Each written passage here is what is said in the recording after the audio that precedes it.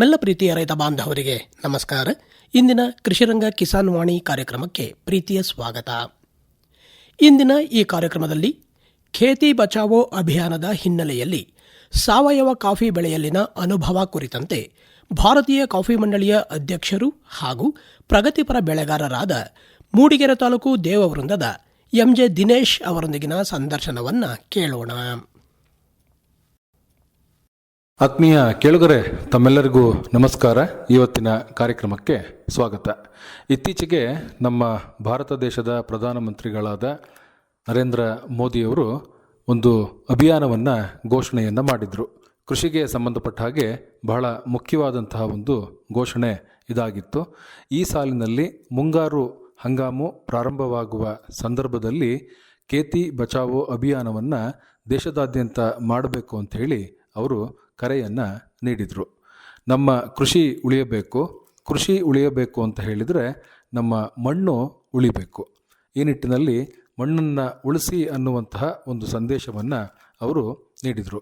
ಇತ್ತೀಚೆಗೆ ನಮ್ಮ ದೇಶದಲ್ಲಿ ಕೃಷಿಯಲ್ಲಿ ಬಳಕೆ ಮಾಡ್ತಾ ಇರತಕ್ಕಂತಹ ಅನೇಕ ರಾಸಾಯನಿಕಗಳು, ಕೀಟನಾಶಕಗಳು, ರೋಗನಾಶಕಗಳು, ಕಳೆನಾಶಕ ಮತ್ತಿತರೆ ಏನು ಈ ರಾಸಾಯನಿಕಗಳ ಬಳಕೆ ಆಗ್ತಾ ಇದೆಯೋ ಇದು ನಮ್ಮ ಮಣ್ಣಿನಲ್ಲಿ, ಪರಿಸರದಲ್ಲಿ, ನೀರಿನಲ್ಲಿ ಬೆರೆತು ಮಾಲಿನ್ಯಕ್ಕೆ ಕಾರಣ ಆಗ್ತಾ ಇದೆ.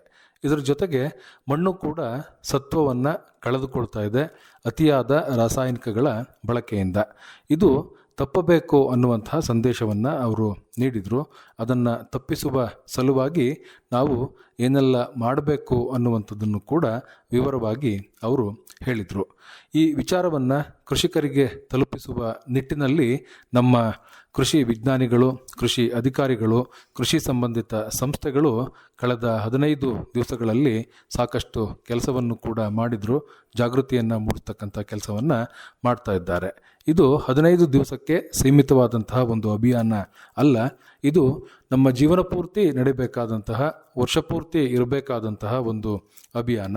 ನಾನು ಈ ಹಿನ್ನೆಲೆಯಲ್ಲಿ ಇವತ್ತು ನಮ್ಮ ಕಾಫಿ ಮಂಡಳಿಯ ಅಧ್ಯಕ್ಷರಾದ ಎಂಜೆ ದಿನೇಶ್ ಅವರನ್ನು ನಾನು ಮಾತನಾಡಿಸ್ತಾ ಇದ್ದೇನೆ. ಯಾಕೆ ಅವರನ್ನು ಆಯ್ಕೆ ಮಾಡಿಕೊಂಡು ಮಾತನಾಡಿಸ್ತಾ ಇದ್ದೇನೆ ಅಂತ ಹೇಳಿದರೆ, ಅವರು ಸಾವಯವ ಕಾಫಿ ಕೃಷಿಗೆ ಹೆಚ್ಚು ಒತ್ತನ್ನು ನೀಡಿರುವಂಥವರು. ಸಾವಯವ ಪದ್ಧತಿಯಲ್ಲಿ ಕಾಫಿಯನ್ನು ಬೆಳೆದು ಅದರ ಮಾರಾಟವನ್ನು ಕೂಡ ಅವರು ಮಾಡ್ತಾ ಇದ್ದಾರೆ. ಈ ಒಂದು ಸಂದರ್ಭದಲ್ಲಿ ಇವರು ಹೆಚ್ಚು ಸೂಕ್ತ ಅನ್ನುವಂಥ ಉದ್ದೇಶದಿಂದ ಅವರನ್ನು ಮಾತನಾಡಿಸ್ತಿದ್ದೇನೆ. ವಿಚಾರಗಳನ್ನು ಹಂಚಿಕೊಳ್ಳಿಕ್ಕೆ ಈಗ ದಿನೇಶ್ ಸರ್ ಅವರು ನನ್ನ ಜೊತೆಗೆ ಇದ್ದಾರೆ. ಸರ್, ತಮಗೆ ನಮಸ್ಕಾರ, ಕಾರ್ಯಕ್ರಮಕ್ಕೆ ಸ್ವಾಗತ. ನಮಸ್ಕಾರ ಮಧುಸೂದನ್ ರವರೇ. ಇತ್ತೀಚೆಗೆ ನಮ್ಮ ದೇಶದ ಪ್ರಧಾನಮಂತ್ರಿಗಳು ಖೇತಿ ಬಚಾವೋ ಅಭಿಯಾನವನ್ನು ಮಾಡಿ ಅಂಥೇಳಿ ಕರೆಯನ್ನು ನೀಡಿದರು. ತಮಗೆ ಕಾಫಿ ಬೆಳೆಗಾರರಾಗಿ, ಕಾಫಿ ಮಂಡಳಿಯ ಅಧ್ಯಕ್ಷರಾಗಿ ಈ ಒಂದು ಅಭಿಯಾನದ ಬಗ್ಗೆ ಏನನ್ಸುತ್ತೆ? ನಮ್ಮ ದೇಶದ ಹೆಮ್ಮೆಯ ಸನ್ಮಾನ್ಯ ಪ್ರಧಾನಮಂತ್ರಿಗಳಾದ ನರೇಂದ್ರ ಮೋದಿಜಿಯವರು ಒಂದು ಕರೆಯನ್ನು ಕೊಟ್ಟಿದ್ದಾರೆ, ಖೇತಿ ಬಚಾವೋ. ಅದು ಎಲ್ಲ ರೀತಿಯ ಕೃಷಿಗೆ ಒಳಗೊಂಡು ಅದನ್ನು ಯಾವ ರೀತಿ ನಾವು ಮುಂದಿನ ದಿವಸಗಳಲ್ಲಿ ಮಣ್ಣಿನ ಸಂರಕ್ಷಣೆಯಿಂದ ಹಿಡಿದು ಮಾರುಕಟ್ಟೆಯವರೆಗೂ ಯಾವ ರೀತಿ ಯೋಚನೆ ಮಾಡಬೇಕು ಅನ್ನೋದು ಒಂದು ಕೆಲವು ವಿಚಾರಗಳಗೊಂಡ ಒಂದು ಕಾರ್ಯಕ್ರಮ. ಈ ದಿಕ್ಕಿನಲ್ಲಿ ಕಾಫಿ ಮಂಡಳಿಯು ಅನೇಕ ಕೆಲಸಗಳನ್ನು ಮಾಡ್ತಾ ಇದೆ. ಬಹುಶಃ ಅದಕ್ಕಿಂತ ಮುಂಚೆ ಕಾಫಿ ಮಂಡಳಿಯ ಜೊತೆಗೆ ನಾನು ಪ್ರತ್ಯೇಕವಾಗಿ ಒಂದು ಸರ್ಟಿಫೈಡ್ ಆರ್ಗ್ಯಾನಿಕ್ ಕಾಫಿಯನ್ನು ನನ್ನ ತೋಟಗಳಲ್ಲಿ ಬೆಳೀತಾ ಇದ್ದಾರೆ. ಇವತ್ತು ಮಧುಸೂದನ್ ರವರು ನಮ್ಮ ತೋಟಕ್ಕೆ ಬಂದು ಇಲ್ಲಿ ಅದನ್ನು ವೀಕ್ಷಣೆ ಮಾಡಿ ಇವತ್ತು ಈ ಒಂದು ಪ್ರಸಾರವನ್ನು ಮಾಡ್ತಾ ಇದ್ದಾರೆ. ಅದು ಭಾಳ ಅರ್ಥಪೂರ್ಣವಾಗಿದೆ. ಯಾಕೆಂದರೆ ಎಲ್ಲೋ ಒಂದು ಕಡೆ ನಾವು ಸ್ಟುಡಿಯೋದಲ್ಲಿ ಮಾಡೋದಕ್ಕೂ ಬಂದು ನಮ್ಮ ಖೇತಿ ಅಂದರೆ ನಮ್ಮ ಕೃಷಿ ಎಲ್ಲಿ ತೊಡಗಿರ್ತೀವಿ ಅಲ್ಲಿ ರೆಕಾರ್ಡ್ ಮಾಡಿ ಅಲ್ಲಿಂದ ಅದನ್ನು ಪ್ರಸಾರ ಮಾಡಿದರೆ ಆ ಕಾರ್ಯಕ್ರಮಕ್ಕೆ ಹೆಚ್ಚು ಅರ್ಥಪೂರ್ಣವಾಗಿರುತ್ತೆ. ಹಾಗಾಗಿ ಮಧುಸೂದನರವರಿಗೆ ಮೊದಲಿಗೆ ವಂದನೆಗಳು ಮತ್ತು ಅಭಿನಂದನೆಗಳು.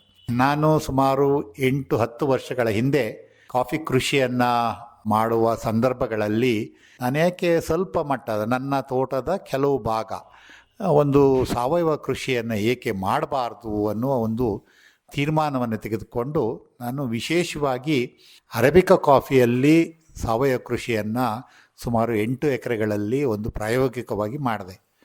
ಕಾರಣ ಇಷ್ಟೇ, ನಾವು ಮಣ್ಣನ್ನು ಸಂರಕ್ಷಣೆ ಮಾಡಬೇಕು ಮತ್ತು ಮುಂದಿನ ದಿವಸಗಳಲ್ಲಿ ರಾಸಾಯನಿಕ ಗೊಬ್ಬರಗಳಿಗೆ ತೊಂದರೆ ಆದರೆ ಪರ್ಯಾಯ ಚಿಂತನೆಗಳೇನು ಮಾಡಬೇಕು ಅಂತ ನನ್ನ ಒಂದು ನಿಲುವು. ಆ ನಿಲುವಿಗೆ ಪೂರಕವಾಗಿ ನಾನು ಸುಮಾರು 8 ವರ್ಷಗಳ ಹಿಂದೆ ಎಲ್ಲ ಗಿಡಗಳನ್ನು ತೆಗೆದುಬಿಟ್ಟು ಹೊಸದಾಗಿ ಕಾಫಿಯ ಬ್ಲಾಕನ್ನು ಪ್ರಾರಂಭ ಮಾಡಿದೆ. ಹಳೆ ಗಿಡಗಳನ್ನು ತೆಗೆದುಕೊಳ್ಳುವಾಗ ನಾನು ಅನೇಕ ರಿಸರ್ಚ್ ಸ್ಟೇಷನ್ ಅಥವಾ ಸಂಶೋಧನಾ ಕೇಂದ್ರಗಳಿಗೆ ಭೇಟಿ ನೀಡಿ ಯಾವ ವೆರೈಟಿಗಳು ಸೂಕ್ತ ಅನ್ನೋದನ್ನು ಕೇಳಿದೆ. ಮತ್ತು ಅದಕ್ಕೆ ಪ್ಯಾಕೇಜ್ ಆಫ್ ಪ್ರಾಕ್ಟೀಸ್ ಏನಾದರೂ ಇದೆಯಾ ಅಂತ ಕೇಳಿದಾಗ ಎಲ್ಲೂ ಯಾವ ಸಂಶೋಧನಾ ಕೇಂದ್ರದಲ್ಲೂ ಅದರ ಬಗ್ಗೆ ಹೆಚ್ಚಿನ ಮಾಹಿತಿ ಇರಲಿಲ್ಲ. ಹಾಗಾಗಿ ನಾನೇ ಸ್ವತಃ ಸುಮಾರು 5-6 ವೆರೈಟಿಗಳನ್ನು ಬೇರೆ ಬೇರೆ ಬ್ಲಾಕಲ್ಲಿ ಸಾವಯವ ಕಾಫಿಯನ್ನು ಬೆಳಿಬೇಕು ಅನ್ನೋ ಗಿಡಗಳನ್ನು ಆಯ್ಕೆ ಮಾಡಿಕೊಂಡು 6 ವೆರೈಟಿಯ 6 ಬ್ಲಾಕಲ್ಲಿ 8 ಎಕರೆ ಒಳಗಡೆ ಈ ಪ್ರಯೋಗವನ್ನು ಪ್ರಾರಂಭ ಮಾಡಿದೆ. ಈ ಪ್ರಯೋಗದಲ್ಲಿ ಸುಮಾರು 5-6 ವರ್ಷ ಆದಮೇಲೆ ನನಗೆ ಗೊತ್ತಾಯಿತು ಕೆಲವು ವೆರೈಟಿಗಳು ಸ್ಪಂದನೆ ಮಾಡಲ್ಲ ಅನ್ನೋದೊಂದು ಗೊತ್ತಾಯಿತು. ಆಗ ಯೋಚನೆ ಬಂದಿದ್ದು ನಮ್ಮ ಚಂದ್ರಗಿರಿ ಮತ್ತು ಹೇಮಾವತಿ ನಮ್ಮ ಸಾವಯವ ಕೃಷಿಗೆ ಹೆಚ್ಚು ಸ್ಪಂದನೆ ಮಾಡುತ್ತೆ ಮತ್ತು ಅದು ಪೂರಕವಾಗಿ ಬೆಳೆಗಳಲ್ಲಿರ್ಬೋದು ಉತ್ತಮ ಬೆಳೆಗಳನ್ನು ಕೊಡುವ ದಿಕ್ಕಿನಲ್ಲಿ ಕೆಲಸ ಮಾಡಿದ್ದನ್ನು ಅಬ್ಸರ್ವ್ ಮಾಡಿ ಈಗ ಅದನ್ನು ಸಂಪೂರ್ಣವಾಗಿ ಗ್ರ್ಯಾಜುವಲಿ ನಾನು ಚಂದ್ರಗಿರಿಗೆ ಅದನ್ನು ಕನ್ವರ್ಟ್ ಮಾಡ್ತಾಯಿದ್ದೀನಿ. ಸೊ ಇದು ನನ್ನ ಕಾಫಿಯ ಬೇಸಿಕ್ ಸ್ಟಡಿ. ಆದರೆ ನಮಗೆ ಅನೇಕ ಸಂದರ್ಭಗಳಲ್ಲಿ ನೀವು ಕೇಳ್ಬೋದು, ನಿಮ್ಮ ಪ್ರಶ್ನೆ ಏನು ಬರುತ್ತೆ ಅಂದರೆ ಸಾವಯವ ಕಾಫಿಯಲ್ಲಿ ರಾಸಾಯನಿಕ ಕಾಫಿಯಷ್ಟೇ ಕಾಫಿ ಬರುತ್ತಾ ಅನ್ನೋದು ಮೊದಲ ಪ್ರಶ್ನೆ ಆಗಿರುತ್ತೆ. ಆದರೆ ಅದು ಅಂತೂ ಖಂಡಿತ ಇಲ್ಲ. ಸಾವಯವ ಕಾಫಿಯಲ್ಲಿ ಬೆಳೆ ಕಡಿಮೆ ಆಗುತ್ತೆ, ಆದರೆ ಬೆಲೆ ಜಾಸ್ತಿ ಸಿಕ್ಕುತ್ತೆ. ಆದರೆ ಬೆಲೆ ಎಲ್ಲಿ ಸಿಕ್ಕುತ್ತೆ ಅಂದರೆ ಪ್ರಯತ್ನಪಟ್ಟು ಮಾರುಕಟ್ಟೆಯನ್ನು ಹುಡ್ಕೊಂಡು ಹೋದ್ರೆ ಮಾತ್ರ ಬೆಲೆ ಸಿಕ್ಕುತ್ತೆ. ಸಾವಯವ ಕಾಫಿಯನ್ನು ಬೆಳೆದ ತಕ್ಷಣ ಬೆಲೆ ಸಿಕ್ಕಲ್ಲ. ಸೊ ಆ ದಿಕ್ಕಿನಲ್ಲೂ ನಾನು ಮಾರುಕಟ್ಟೆಯ ಪ್ರಯತ್ನವನ್ನು ಮಾಡಿದಾಗ ಮತ್ತು ನನ್ನ ಕಾಫಿಯನ್ನು ಒಂದು ಕಪ್ ಸ್ಕೋರನ್ನು ಮಾಡಿದಾಗ ಸುಮಾರು 86 ಅರೇಬಿಕಾ ಪಾರ್ಚ್ಮೆಂಟಿಗೆ ಮತ್ತು ಅರೇಬಿಕಾ ನ್ಯಾಚುರಲ್ಸ್ ಅಂದರೆ ಚೆರಿಯನ್ನು ಹದವಾಗಿ ನೆರಳಿನಲ್ಲಿ ಒಣಗಿಸಿ ಒಂದು ಶೇಡ್ ಇದರಲ್ಲಿ ಪ್ಯಾಟ್ರನಲ್ಲಿ ಒಣಗಿಸಿದಾಗ ಸುಮಾರು 88 ಕಪ್ ಸ್ಕೋರ್ ಬಂತು. ಅಂದರೆ ಅದು ದೇವವೃಂದದಲ್ಲಿ ಬೆಳೆದ ಕಾಫಿ ಅಂತಾರಾಷ್ಟ್ರೀಯ ಮಟ್ಟದ ಗುಣಮಟ್ಟವನ್ನು ಹೊಂದಿದೆ ಅಂತ ಆಯಿತು. ಅಂದರೆ ಗುಣಮಟ್ಟವನ್ನು ಪಡೆಯುವುದು ಎಲ್ಲಿ ಅಂದರೆ ನಾವು ಕಾಫಿ ಹಣ್ಣನ್ನು ಕೊಯ್ಲು ಮಾಡುವ ಹಂತದಿಂದ ಅದನ್ನು ಹೇಗೆ ನಾವು ಪ್ಯಾಕಿಂಗ್ ಮಾಡಿ ಅದನ್ನು ಡೆಲಿವರ್ ಮಾಡ್ತೀವಿ ಅಲ್ಲಿವರೆಗೂ ಗುಣಮಟ್ಟವನ್ನು ಕಾಪಾಡಿದರೆ ಮಾತ್ರ ನಮ್ಮ ಕಾಫಿಗೆ ಉತ್ತಮ ಬೆಲೆ ಬರುತ್ತೆ. ಮತ್ತು ಆ ಬೆಳೆಯ ಹಾಗೆ ಒಂದು ಹೊಸ ದೃಷ್ಟಿಕೋನವನ್ನು ಕೊಟ್ಟ ಆಗುತ್ತೆ. ಬಳಕೆದಾರರಿಗೆ ಈ ರೀತಿಯಾದ ವಿಭಿನ್ನ ಕಾಫಿಯನ್ನು ಸವಿಯುವ ಅವಕಾಶಗಳು ಜಾಸ್ತಿ ಇರುತ್ತೆ. ಈ ದಿಕ್ಕಿನಲ್ಲಿ ನಾನು ಇತ್ತೀಚೆಗೆ ಕೆಲವು ಸ್ನೇಹಿತರೊಂದಿಗೆ ನಮ್ಮ ಕಾಫಿಯನ್ನು ಮತ್ತು ತಾವೆಲ್ಲ ಕೇಳಿರ್ಬೋದು, ಪ್ರಪಂಚದ ಅತ್ಯುತ್ತಮ ಕಾಫಿ ಅಂದರೆ ಗೀಶಾ ಕಾಫಿ, ಪನಮಾದಲ್ಲಿ ಬೆಳೆಯುವ ಗೀಶಾ ಕಾಫಿಯ ಜೊತೆಗೆ ಇವೆರಡನ್ನ ಕ್ವಾಲಿಟಿಯನ್ನು ಅಥವಾ ಅದನ್ನ ಟೇಸ್ಟನ್ನು ನಾವು ನೋಡಿದಾಗ ಭಾರತೀಯ ಕಾಫಿ ಎಲ್ಲೂ ಗೀಶಾ ಕಾಫಿಗೆ ಕಡಿಮೆ ಇಲ್ಲ. ಆದರೆ ಮಾರುಕಟ್ಟೆಯ ಕೊರತೆ ಇದೆ, ಮಾರುಕಟ್ಟೆಯನ್ನು ಮಾಡುವ ರೀತಿ ನಮ್ಮದು ಸರಿ ಇಲ್ಲ. ಆ ದಿಕ್ಕಿನಲ್ಲೂ ಬಹುಶಃ ಮುಂದಿನ ದಿವಸಗಳಲ್ಲಿ ಕಾಫಿ ಮಂಡಳಿ ಈಗಾಗಲೇ ಅದ್ರ ಬಗ್ಗೆ ತಯಾರಾಗಿದೆ. ಒಟ್ಟಾರೆಯಾಗಿ ಹೇಳಬೇಕು ಅಂದರೆ ನಾನು ವಿವಿಧ ಬಗೆಯ ಇನ್ಪುಟ್ಗಳನ್ನು ಮಾಡ್ತಾಯಿದ್ದೀನಿ. ನಮ್ಮದು ನ್ಯಾಚುರಲ್ ಫಾರ್ಮಿಂಗ್ ಅಲ್ಲ. ಯಾಕೆಂದರೆ ಕಾಫಿಯಲ್ಲಿ ನ್ಯಾಚುರಲ್ ಫಾರ್ಮಿಂಗ್ ಮಾಡ್ತಾ ಹೋದರೆ ನಿಮಗೆ ಗುಣಮಟ್ಟದಲ್ಲಿ ವ್ಯತ್ಯಾಸಗಳು ಬರುತ್ತೆ. ಯಾಕೆಂದರೆ ಕಾಫಿಯಲ್ಲಿ ನೀವು ನ್ಯೂಟ್ರಿಷಿಯನ್ ಮ್ಯಾನೇಜ್ಮೆಂಟು ತುಂಬ ಇಂಪಾರ್ಟೆಂಟು. ಯಾಕೆಂದರೆ ನ್ಯೂಟ್ರಿಷಿಯನ್ ಚೆನ್ನಾಗಿದ್ದರೆ, ಆರ್ಗ್ಯಾನಿಕ್ ಆಗಲಿ ಕೆಮಿಕಲ್ ಆಗಲಿ, ನ್ಯೂಟ್ರಿಷಿಯನ್ ಚೆನ್ನಾಗಿದ್ದರೆ ಅಲ್ಲಿ ನಿಮಗೆ ಕೊನೆಯ ಹಂತದ ಗುಣಮಟ್ಟದ ಕಾಫಿಯನ್ನು ಕುಡಿಯುವವರಿಗೆ ತಲುಪಿಸಲು ನಾವು ಯಶಸ್ವಿ ಆಗ್ತೀವಿ. ಆ ದಿಕ್ಕಿನಲ್ಲಿ ಅನೇಕ ಪ್ರಯೋಗಗಳನ್ನು ಸುಮಾರು 4-5 ಕಂಪ್ನಿಗಳು ನಮ್ಮ ತೋಟಗಳಲ್ಲಿ ನಿರಂತರವಾಗಿ ಎಕ್ಸ್ಪರಿಮೆಂಟನ್ನು ಮಾಡ್ತಾಯಿದ್ದೀವಿ. ಅದು ಸಾವಯವ ಬ್ಲಾಕಲ್ಲಿ ಮಾತ್ರ. ಏಕೆಂದರೆ ಸಾವಯವದಲ್ಲಿ ಎಲ್ಲೂ ಒಂದು ಪ್ಯಾಕೇಜ್ ಆಫ್ ಪ್ರಾಕ್ಟೀಸ್ ಇಲ್ಲ. ಇತ್ತೀಚೆಗೆ CCRIಗೆ ನಾನು ಅಧ್ಯಕ್ಷನಾದ ಮೇಲೆ ಒಂದು ಟಾಸ್ಕನ್ನು ಕೊಟ್ಟಿದ್ದೀವಿ. ಒಂದು ಸಾವಯವ ಬೆಳೆಗಾರರಿಗೆ ನಾವು ಒಂದು ಪ್ಯಾಕೇಜ್ ಆಫ್ ಪ್ರಾಕ್ಟೀಸನ್ನು ಕೊಡಬೇಕು. ಹೇಗೆ ಕನ್ವೆನ್ಷನಲ್ ಕಾಫಿ ಬೆಳೆಗಾರರಿಗೆ ಪ್ಯಾಕೇಜ್ ಆಫ್ ಪ್ರಾಕ್ಟೀಸ್ ಇದೆ, ಅದೇ ರೀತಿ ಸಾವಯವ ಕಾಫಿ ಬೆಳೆಗಾರರಿಗೂ ಒಂದು ಪ್ಯಾಕೇಜ್ ಆಫ್ ಪ್ರಾಕ್ಟೀಸನ್ನು ಮಾಡಿಕೊಟ್ರೆ, ಒಂದು ಸಂಶೋಧನಾತ್ಮಕವಾಗಿ ಮಾಡಿಕೊಟ್ರೆ ನಮ್ಮ ಗುಣಮಟ್ಟದ ಕಾಫಿಯನ್ನು ಇನ್ನೂ ಅದ್ಭುತವಾದ ಗುಣಮಟ್ಟವನ್ನು ಪಡಿಬೋದು. ಆ ದಿಕ್ಕಿನಲ್ಲಿ ಸಂಶೋಧನಾ ಸಂಸ್ಥೆ, ನಮ್ಮ ಸಂಶೋಧನಾ ಸಂಸ್ಥೆ CCRI ಅದರ ಬಗ್ಗೆ ಕೆಲಸವನ್ನು ಮಾಡ್ತಾ ಇದೆ. ಯಾಕೆ ಈ ಕೆಲಸವನ್ನು ಜೋಡಿಸ್ಕೊಂಡು ಅಂದರೆ ಭಾರತದಲ್ಲಿ ಸುಮಾರು 4.5 ಲಕ್ಷ ಜನ ಕಾಫಿ ಬೆಳೆಗಾರರಿದ್ದೀವಿ. ಅದರಲ್ಲಿ 2.5 ಲಕ್ಷ ಜನ ಸಾವಯವ ಕಾಫಿಯನ್ನು ಬೆಳೀತಾ ಇದ್ದಾರೆ. ಅದರಲ್ಲಿ ಸಾವಯವ ಅನ್ನೋದಕ್ಕಿಂತ ನ್ಯಾಚುರಲ್ ಫಾರ್ಮಿಂಗಿಂದ ಬೆಳೀತಾ ಇದ್ದಾರೆ. ಸೊ ಅಲ್ಲಿ ನಾನು ಅರಕು ಮತ್ತು ನಾರ್ತ್ ಈಸ್ಟ್ ರಾಜ್ಯಗಳಿಗೆ ಹೋದಾಗ ಅವರೆಲ್ಲರೂ ಸಾವಯವ ಕಾಫಿಯನ್ನು ಬೆಳೀತಾ ಇದ್ದಾರೆ. ಆದರೆ ಗುಣಮಟ್ಟದಲ್ಲಿ ಒಂದಷ್ಟು ವ್ಯತ್ಯಾಸಗಳನ್ನು ಕಾಣ್ತಾ ಇದ್ದೀವಿ. ಮತ್ತು ಅವರ ಪ್ರೊಡಕ್ಟಿವಿಟಿ ತುಂಬ ಕಡಿಮೆ ಇದೆ. ಅವರ ಪ್ರೊಡಕ್ಟಿವಿಟಿ ಸುಮಾರು 2.5 ಲಕ್ಷ ಸಾವಯವ ಬೆಳೆಗಾರರು ಕೇವಲ 15,000 ಟನ್ನನ್ನು ಕಾಫಿಯನ್ನು ಪ್ರೊಡಕ್ಷನ್ ಮಾಡ್ತಾ ಇದ್ದಾರೆ ಭಾರತಾದ್ಯಂತ. ನಾವು ಕನ್ವೆನ್ಷನಲ್ ಕಾಫಿ ನಾವು ಇನ್ನು ಉಳಿದ 2 ಲಕ್ಷ ಜನ ಸುಮಾರು 3.5 ಲಕ್ಷ ಟನ್ ಕಾಫಿಯನ್ನು ಬೆಳಿತಿದ್ದೀವಿ. ನೋಡಿ ವ್ಯತ್ಯಾಸಗಳನ್ನು. ನಮ್ಮ ಗುರಿ ಇನ್ನು ಏನಿದೆ ಅಂದರೆ ಆಂಧ್ರ ಪ್ರದೇಶದಲ್ಲಿ RB ನಗರದಲ್ಲಿ ನಮ್ಮ CCRN ಸಬ್ಸ್ಟೇಷನ್ ಪ್ರಾರಂಭ ಆಗಿ 50 ವರ್ಷ ಆಗುತ್ತೆ. ಆ 50 ವರ್ಷದ ಕಾರ್ಯಕ್ರಮಕ್ಕೆ ನಮ್ಮ ಒಂದು ಹೊಸ ಪ್ಯಾಕೇಜ್ ಆಫ್ ಪ್ರಾಕ್ಟೀಸನ್ನು ಅಲ್ಲಿಯ ರೈತರಿಗೆ ಕೊಟ್ಟು ಸುಮಾರು 50,000 ಟನ್ ಕಾಫಿಯನ್ನು ನಾವು 2047ರಲ್ಲಿ ಬೆಳೆದು ಭಾರತದ ಕಾಫಿಗೆ ಹೊಸ ಒಂದು ಇತಿಹಾಸವನ್ನು ಸೃಷ್ಟಿ ಮಾಡಿ ಹೊಸ ಮಾರುಕಟ್ಟೆಯ ಒಂದು ಸೃಷ್ಟಿಯನ್ನು ಮಾಡಬೇಕು ಅಂತ ನಿರಂತರವಾಗಿ ಈ ಪ್ರಯತ್ನದಲ್ಲಿ ನಾವಿದ್ದೀವಿ. ಹಾಗಾಗಿ ಸಾವಯವ ಕಾಫಿ ನೀವು ಯಾರಾದರೂ ಹೆಚ್ಚು ಬೆಳಿಬೋದು ಅನ್ನೋದು ಸುಳ್ಳು. ಆದರೆ ಆವ್ರೇಜ್ ಪ್ರೊಡಕ್ಷನ್ನು ಮತ್ತು ಕಾಯಿಲೆ ಮುಕ್ತವಾಗಿ ಇರುತ್ತೆ. ಏಕೆ ನನ್ನ ತೋಟದಲ್ಲಿ ಬೋರರ್ ಕಡಿಮೆ, ನನ್ನ ತೋಟದಲ್ಲಿ ಕಂಚಿಗರು ಅದನ್ನು ನಮ್ಮ ಕಾರ್ಮಿಕರು ತೆಗೆಯುವಾಗ ಅದು ಗಟ್ಟಿ ಇದೆ ಅಂತ ಹೇಳ್ತಾರೆ ಕಂಚಿಗರು. ಅದೇ ಕೆಮಿಕಲ್ ಇರುವ ತೋಟದಲ್ಲಿ ಕಂಚಿಗರು ಭಾಳ ಈಸಿಯಾಗಿ ಬರುತ್ತೆ. ಅಂದರೆ ಯಾವಾಗ ಸಾವಯವ ಇರುತ್ತೆ ಅದು ಅಲ್ಲಿ ಎಲ್ಲ ಥರ ಗಟ್ಟಿತನವನ್ನು ಹೊಂದಿರುತ್ತೆ ಅನ್ನೋದು ಅದರ ಅರ್ಥ.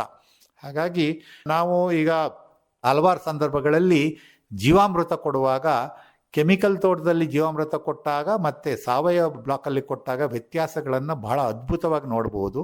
ಜೀವಾಮೃತ ಕೊಟ್ಟ ತಕ್ಷಣ ಸಾವಯವ ಮಣ್ಣಿನಿಂದ ಸಾಕಷ್ಟು ಎರೆಹುಳುಗಳು ಬರ್ತವೆ. ಅದೇ ನೀವು ಕೆಮಿಕಲ್ ರಾಸಾಯನಿಕ ಗೊಬ್ಬರ ಹಾಕಿದ ತೋಟದಲ್ಲಿ ಆ ರೀತಿ ಆಗಲ್ಲ. ಇವೆಲ್ಲ ನಾವು ನಮ್ಮ ಕಾರ್ಮಿಕರೊಂದಿಗೆ ಕೂತ್ಕೊಂಡು ಆ ಕೆಲಸವನ್ನು ಮಾಡುವಾಗ ಅಬ್ಸರ್ವ್ ಮಾಡಿದಾಗ ಇವೆಲ್ಲ ಹೊಸ ಹೊಸ ರೀತಿಯ ಅನುಭವಗಳನ್ನು ಪಡೆದುಕೊಳ್ಬೋದು. ಒಟ್ಟಾರೆ ಕೃಷಿಯಲ್ಲಿ ಹೇಗಿರಬೇಕು ಅಂದರೆ ನಾವು ಸಂಶೋಧಕರಾಗಿರಬೇಕು, ಮತ್ತು ಆ ಸಂಶೋಧನೆಗೆ ಮನಸ್ಸಿಟ್ಕೊಳ್ಬೇಕು. ನಾವು ನಮ್ಮ ಕಣ್ಣನ್ನು ಬಿಟ್ಟು ಬೇರೆ ಬೇರೆ ರೀತಿಯ ಆಗುಹೋಗುಗಳ ಬಗ್ಗೆ, ನಮ್ಮ ಪರಿಸರದಲ್ಲಿ ಆಗುಹೋಗುಗಳ ಬಗ್ಗೆ ನಿರಂತರ ಅಧ್ಯಯನ ಇದ್ರೆ ಮಾತ್ರ ನಾವು ನಮ್ಮ ಕೃಷಿಯನ್ನು ಅತ್ಯಂತ ಹೆಚ್ಚು ಒಪ್ಪಿಕೊಳ್ಳಬಹುದು ಮತ್ತು ಅದನ್ನು ಅಪ್ಪಿಕೊಳ್ಬೋದು.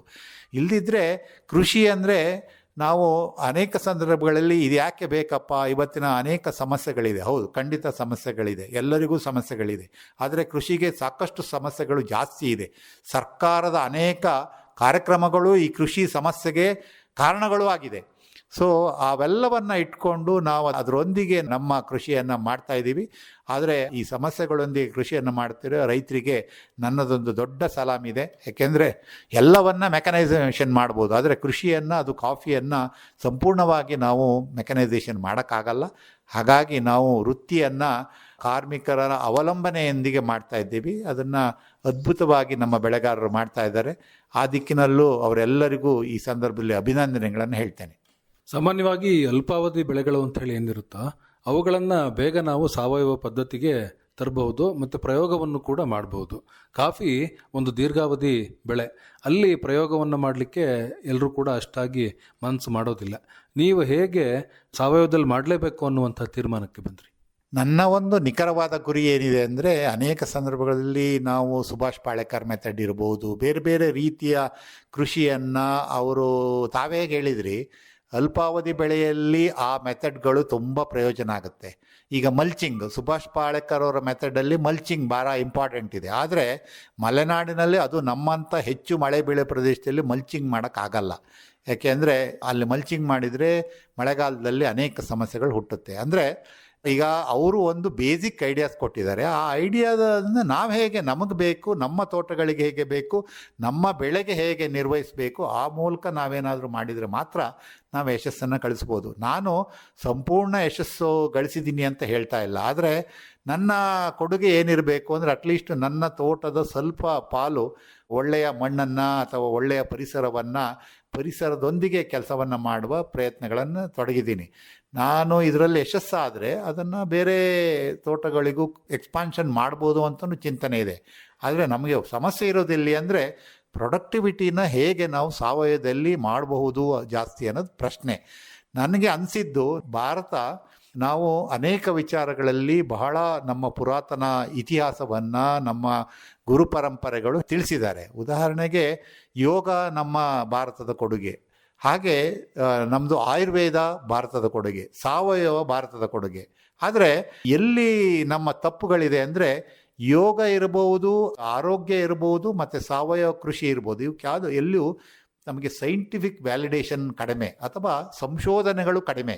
ನಾವು ಇವನ್ನು ಸಂಶೋಧನೆಗಳ ಮಾಡಿ ಹೇಗೆ ನಾವು ಕನ್ವೆನ್ಷನಲ್ ಮೆಥಡ್ ಅಥವಾ ಬೇರೆ ಕೆಮಿಕಲ್ ಅಥವಾ ಇವಕ್ಕೆಲ್ಲ ನಾವು ಬೇರೆ ಬೇರೆ ರೀತಿ ಹೇಗೆ ನಾವು ಫಾಸ್ಟ್ ಗ್ರೋ ಆಗಿದ್ದೀವಿ, ನಾವು ಹಸಿರು ಕ್ರಾಂತಿಯನ್ನು ಹೇಗೆ ನಾವು ಜಾಸ್ತಿ ಮಾಡೋದು, ಯಾಕೆಂದರೆ ನಾವು ಕೆಮಿಕಲನ್ನು ಉಪಯೋಗಿಸ್ಬಿಟ್ಟು ನಾವು ಸೆಲ್ಫ್ ಸಫಿಷಿಯೆಂಟ್ ಆದ್ದು ಭಾರತದ ನಮ್ಮ ಫುಡ್ ಪ್ರೊಡಕ್ಟಿವಿಟಿ. ಆದರೆ ನಾವು ನಮ್ಮದೇ ಆದ ಗುರುಪರಂಪರೆಯಿಂದ ಬಂದ ವಿಚಾರಗಳನ್ನು ನಾವು ಸಂಶೋಧನೆಗೆ ಬಹಳ ಕಡಿಮೆ ಒತ್ತು ಕೊಟ್ಟು ನಾವು ಹೆಚ್ಚು ಪ್ರೊಡಕ್ಟಿವಿಟಿ ಮಾಡೋಕ್ಕಾಗ್ತಿಲ್ಲ. ಆದರೆ ಮುಂದಿನ ದಿವಸಗಳಲ್ಲಿ ಇವತ್ತಿನ ಯುವಕರು ಮತ್ತು ಇವತ್ತಿನ ಸಾಕಷ್ಟು ಸಂಶೋಧನಾ ಕೇಂದ್ರಗಳು ಭಾರತಾದ್ಯಂತ ಈ ಬಗ್ಗೆ ಸಾಕಷ್ಟು ಕೆಲಸವನ್ನು ಮಾಡ್ತಿದೆ. ಮುಂದಿನ ದಿವಸಗಳಲ್ಲಿ ನಮಗೆ ಆ ವಿಶ್ವಾಸ ಇದೆ. ನಮಗೆ ಹೇಗೆ ಬೇರೆ ಸಂಶೋಧನಾ ಕೇಂದ್ರಗಳು ಕೆಲಸ ಮಾಡ್ತಿದೆ ಅದೇ ರೀತಿ ಸಾವಯವ ಇರ್ಬೋದು, ಮತ್ತು ಆರೋಗ್ಯಕ್ಕೆ ಸಂಬಂಧಪಟ್ಟ ಇರ್ಬೋದು, ಆಯುರ್ವೇದದ ಬಗ್ಗೆ ಇರ್ಬೋದು ಅಥವಾ ಯೋಗ ಇರ್ಬೋದು, ಇವೆಲ್ಲವಕ್ಕೆ ಸಾಕಷ್ಟು ಸಂಶೋಧನಾ ಪೂರಕವಾದ ಚಟುವಟಿಕೆಗಳು ಭಾರತ ನೀಡ್ತಾ ಇದೆ.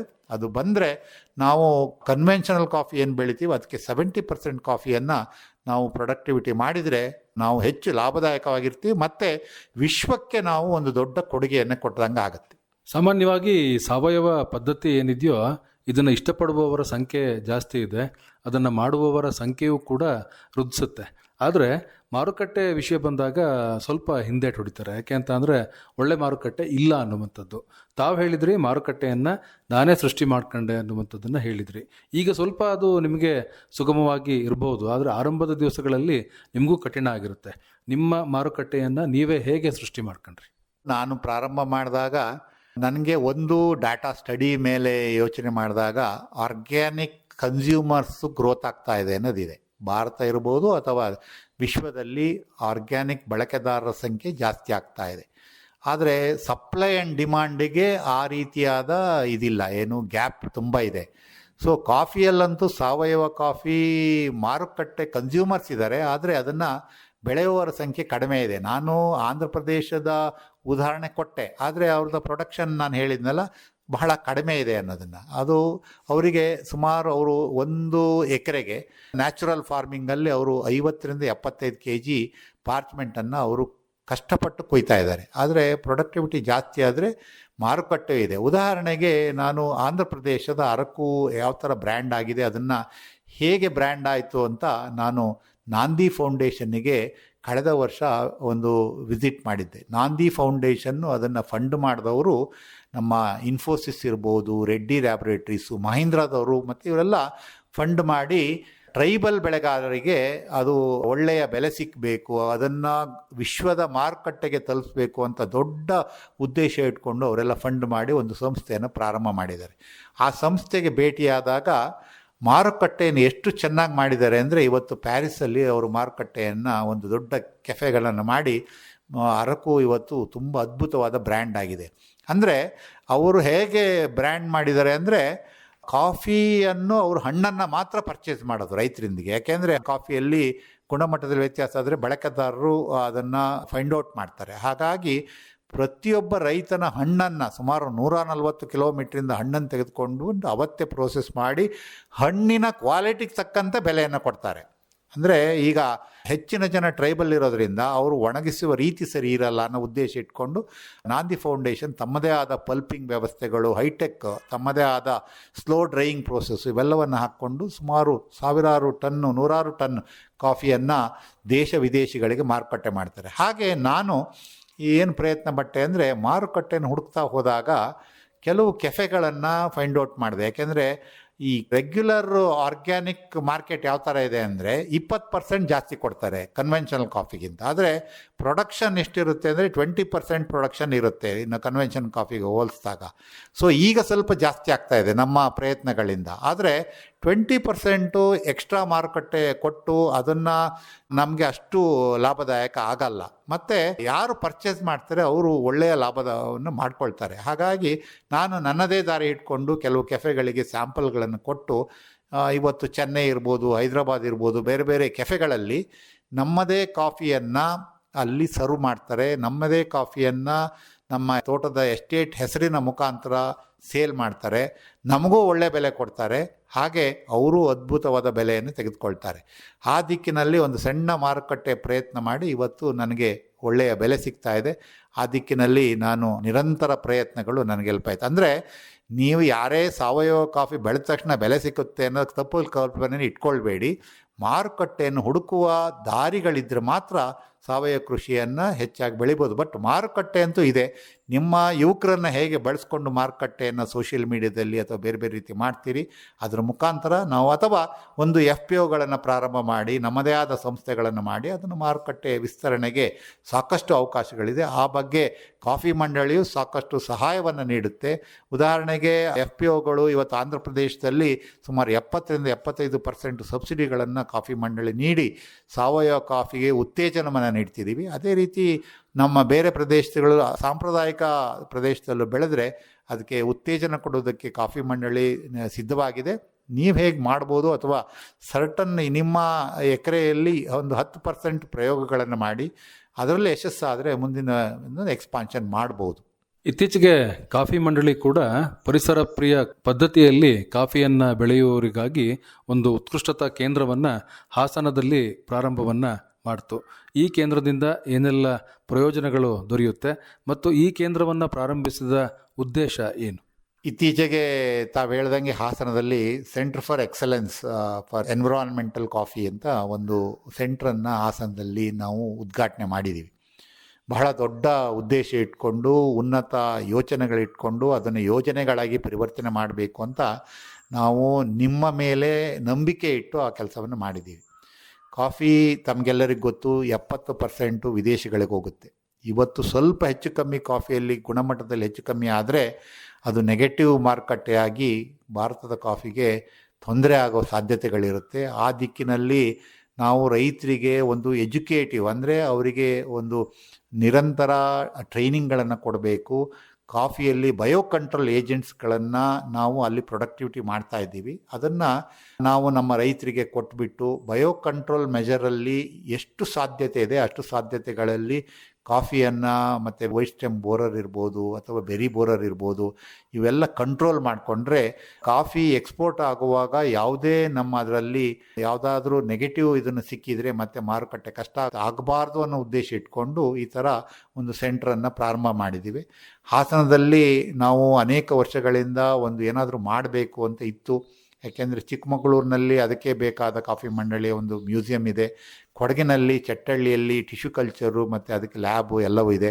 ಹಾಸನದ ಜಿಲ್ಲೆಗೆ ಏನಾದರೂ ನಾವು ಕೊಡಬೇಕು ಮತ್ತು ಅದು ಪರಿಸರಕ್ಕೆ ಪೂರಕವಾದ ಒಂದು ದೊಡ್ಡ ಸಂಸ್ಥೆ ಆಗಬೇಕು ಅಂತ ಉದ್ದೇಶ ಇಟ್ಕೊಂಡು ಇವತ್ತು ಬಯೋ ಕಂಟ್ರೋಲ್ ಏಜೆಂಟ್ಸ್ಗಳನ್ನು ಅಲ್ಲಿ ತಯಾರು ಮಾಡಿ ಮತ್ತು ಅದನ್ನು ವಿತರಿಸುವ ಕೆಲಸವನ್ನು ನಾವು ಅಲ್ಲಿಂದ ಮಾಡ್ತಾಯಿದ್ದೀವಿ. ರೈತರಲ್ಲಿ ನಾನು ಒಂದು ವಿನಂತಿಯನ್ನು ಮಾಡ್ತೇನೆ, ನಮ್ಮ ಕಾಫಿ ಬೆಳೆಗಾರರಲ್ಲಿ, ದಯವಿಟ್ಟು ನೀವು ಆ ಸೆಂಟ್ರಿಗೆ ಹೋಗಿಬಿಟ್ಟು ಟ್ರೈನಿಂಗ್ ತೆಗೆದುಕೊಳ್ಳಿ ಅಥವಾ ನಮ್ಮ ಫೆಸಿಲಿಟೀಸ್ ನೋಡಿ ಅಲ್ಲಿ ಉತ್ಪಾದನೆಗಳನ್ನು ಪರ್ಚೇಸ್ ಮಾಡಿ. ಎಫೋರ್ಡಬಲ್ ಪ್ರೈಸ್ ಅಂದರೆ ನಾವು ಜಾಸ್ತಿ ಲಾಭದಾಯಕ ಉದ್ದೇಶ ಇಟ್ಕೊಂಡು ಆ ಸಂಸ್ಥೆಯನ್ನು ಮಾಡಿಲ್ಲ. ನಾವು ಈಗ ಟ್ರ್ಯಾಪ್ಗಳನ್ನು ಕೊಡ್ತಾಯಿದ್ದೀವಿ, ಬಹಳ ಕಡಿಮೆ ಬೆಲೆಗೆ ಕೊಡ್ತಾಯಿದ್ದೀವಿ.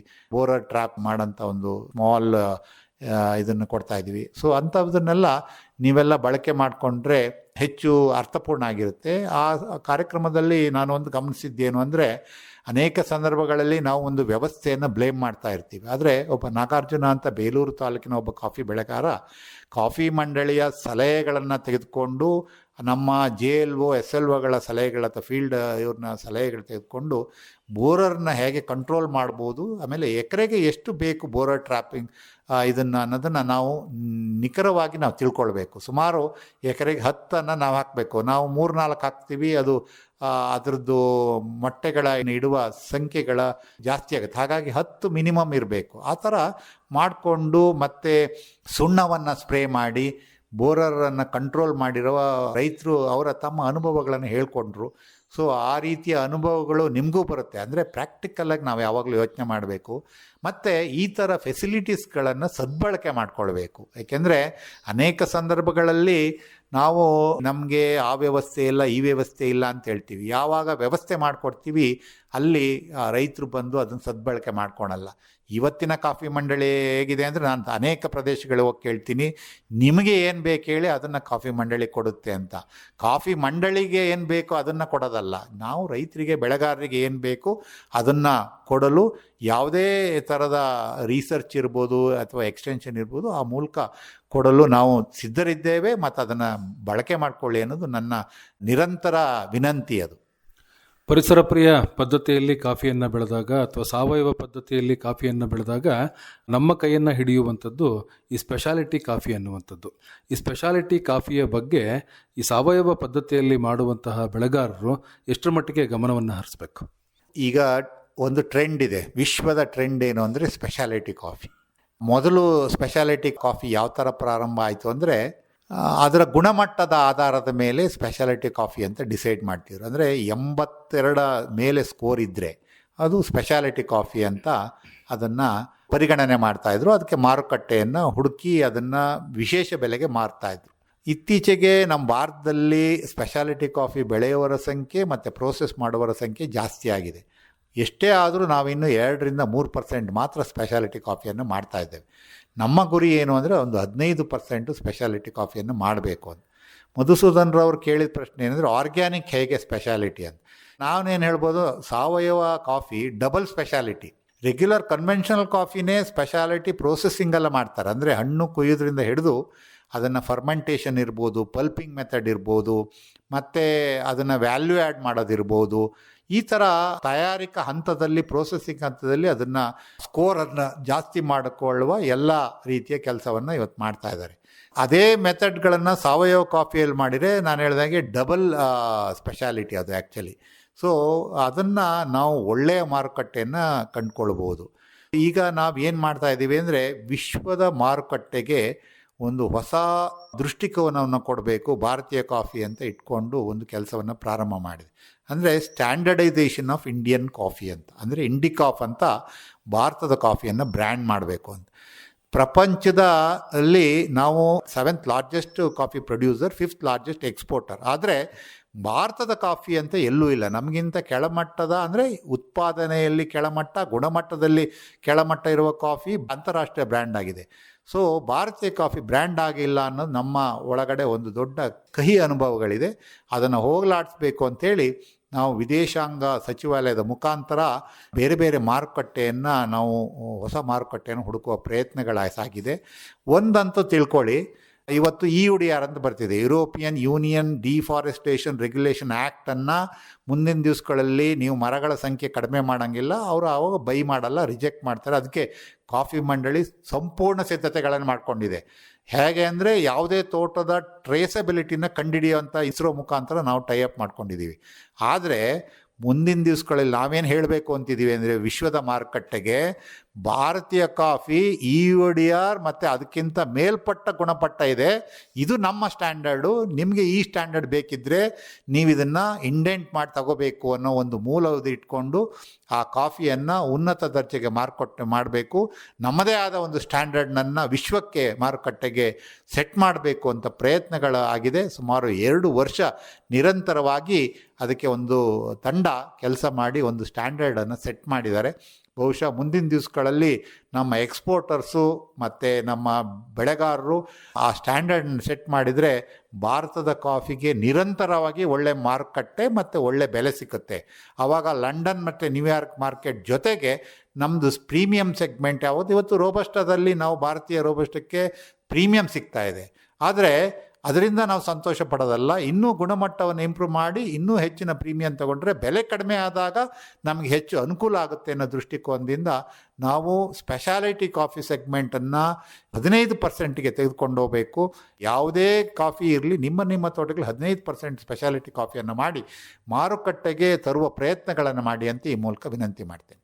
ಅಂತಿಮವಾಗಿ ಖೇತಿ ಬಚಾವೋ ಅಭಿಯಾನಕ್ಕೆ ಸಂಬಂಧಪಟ್ಟ ಹಾಗೆ ಕಾಫಿ ಬೆಳೆಗಾರರಿಗೆ ತಾವು ಕಾಫಿ ಮಂಡಳಿಯ ಅಧ್ಯಕ್ಷರಾಗಿ ಏನು ಹೇಳಲಿಕ್ಕೆ ಇಷ್ಟಪಡ್ತೀರಿ? ಕಾಫಿ ಬೆಳೆಗಾರರು ಅನೇಕ ಸಮಸ್ಯೆಗಳ ಮಧ್ಯೆ ಇರುವವರು. ಒಂದು, ನಿಮಗೆ ಇವತ್ತಿನ ಈ ವರ್ಷದ ನಾವು ಹವಾಮಾನವನ್ನು ನೋಡಿದಾಗ ಸಾಕಷ್ಟು ವ್ಯತ್ಯಾಸಗಳನ್ನು ಈಗಾಗಲೇ ಕಾಣ್ತಾ ಇದ್ದೀವಿ. ಕಡಿಮೆ ಮಳೆ ಆಗಿದೆ, ಅದರ ಇಂಪ್ಯಾಕ್ಟು ಮುಂದಿನ ವರ್ಷ ಬೆಳೆಯ ಮೇಲೆ ಮತ್ತು ಕಾಯಿಲೆ ಮೇಲೆ ನಿಲ್ಲುತ್ತೆ. ಹಾಗೆ ಆನೆಗಳು ಮತ್ತು ಪ್ರಾಣಿಗಳ ಮಧ್ಯೆ ನಾವು ಅನೇಕ ಸಂಕಷ್ಟಗಳನ್ನು ಇಟ್ಕೊಂಡು ಮಾಡ್ತಾ ಇದ್ದೀವಿ. ಆದರೆ ನಮ್ಮದೊಂದು ವೃತ್ತಿ ಧರ್ಮ, ಕಾಫಿ ವೃತ್ತಿ ಧರ್ಮ. ಆ ವೃತ್ತಿ ಧರ್ಮವನ್ನು ಬಿಟ್ಟು ನಾವು ಬೇರೆದಕ್ಕೆ ಹೋಗೋಕ್ಕಾಗಲ್ಲ.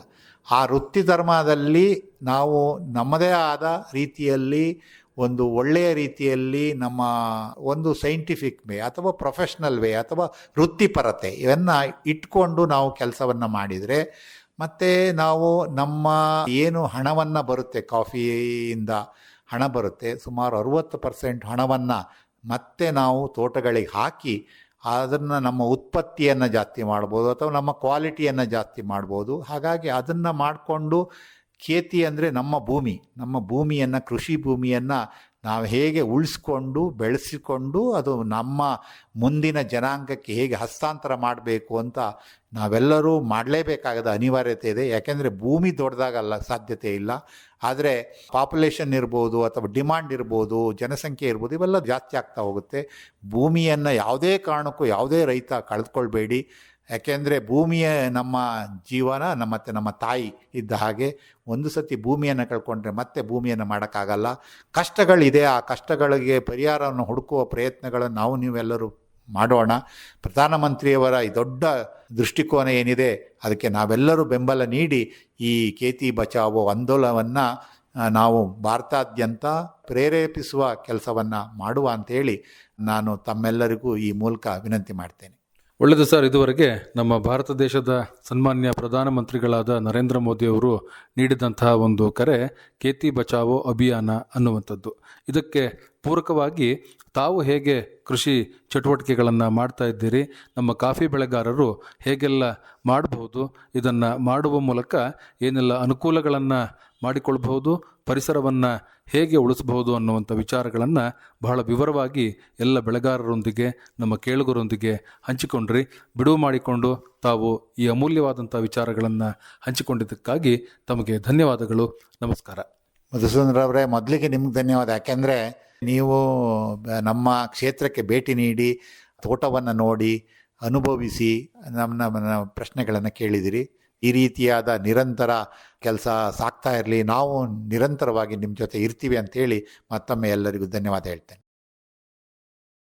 ಇದುವರೆಗೆ ಖೇತಿ ಬಚಾವೋ ಅಭಿಯಾನದ ಹಿನ್ನೆಲೆಯಲ್ಲಿ ಸಾವಯವ ಕಾಫಿ ಬೆಳೆಯಲ್ಲಿನ ಅನುಭವ ಕುರಿತಂತೆ ಭಾರತೀಯ ಕಾಫಿ ಮಂಡಳಿಯ ಅಧ್ಯಕ್ಷರು ಹಾಗೂ ಪ್ರಗತಿಪರ ಬೆಳೆಗಾರರಾದ ಮೂಡಿಗೆರೆ ತಾಲೂಕು ದೇವವೃಂದದ ಎಂಜೆ ದಿನೇಶ್ ಅವರೊಂದಿಗಿನ ಸಂದರ್ಶನ ಕೇಳಿದಿರಿ.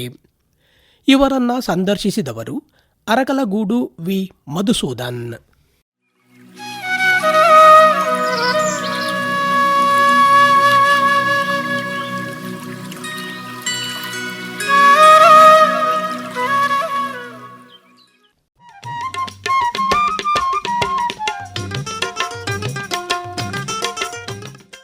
ಆತ್ಮೀಯ ರೈತ ಬಾಂಧವರೇ, ಹಾಸನದ ತೋಟಗಾರಿಕೆ ಇಲಾಖೆಯ ಸಹಕಾರದೊಂದಿಗೆ ತೆಂಗಿನ ತೇರು ಬಾನುಲಿ ಸರಣಿ ಕಾರ್ಯಕ್ರಮ ಒಟ್ಟು 14 ಕಂತುಗಳಲ್ಲಿ ಮೂಡಿಬಂತು.